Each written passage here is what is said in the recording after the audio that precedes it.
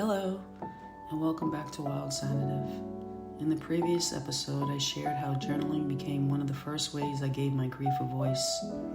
Today, I want to go a little deeper, because healing is not only about what we do. Sometimes it is also about where we allow ourselves to be. After losing my son, I began to understand that grief needs somewhere to go. It needs a place where it does not have to be explained. A place quiet enough to listen, a place gentle enough to hold what the heart cannot carry alone. And for me, one of those places became a little coffee shop around the corner from my house. Another was the cemetery, and another was the tree near where my son was buried. Those places became a part of my healing, not because they took the pain away, because they didn't, but because they gave my grief somewhere to breathe. They became small sanctuaries, not because they were perfect, and not because they were untouched by sorrow, but because I could be honest there. And at the coffee shop, I could sit with my journal and let the world move around me without asking anything of me. At the cemetery, I did not have to explain why I was sad, and beneath that tree, I could simply be his mother. I could say his name, I could remember him, I could cry without hurrying to pull myself back together. And over time, I learned that a healing place does not have to be beautiful, private, or far away. It only needs to feel safe enough for you to soften. Your quiet place might be a chair beside a window, a path you walk early in the morning, a corner of your bedroom, a garden, a parked car, a familiar bench.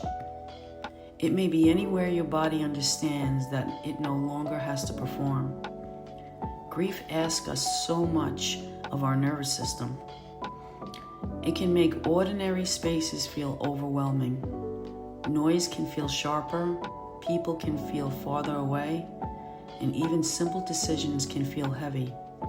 A quiet place offers the body a different message. You can pause here. You do not have to solve anything here.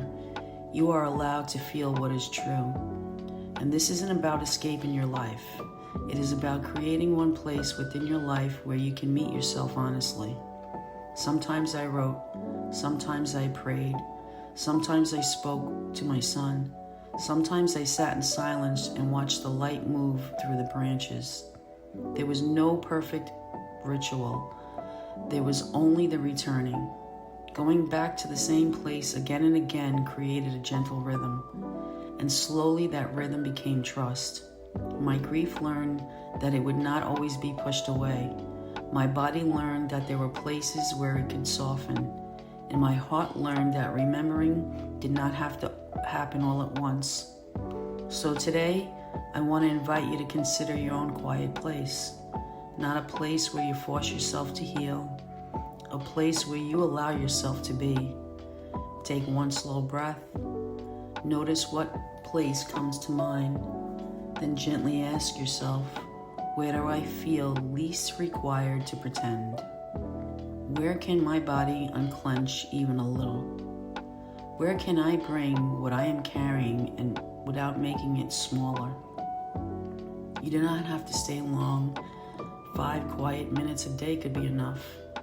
Let your feet feel the ground, let your breath move naturally, and place one hand over your heart if that feels supportive, and say softly, I am here. I do not have to rush this moment. What I carry is allowed to breathe. Your quiet place might not remove the pain, because mine didn't, and it may remind you that pain does not have to be carried away everywhere in the same way. Sometimes the heart needs one place where it can set the weight down, just for a moment. And sometimes that moment is where healing begins. And until next time, be gentle with yourself, and may you find one quiet place where your whole heart is welcome.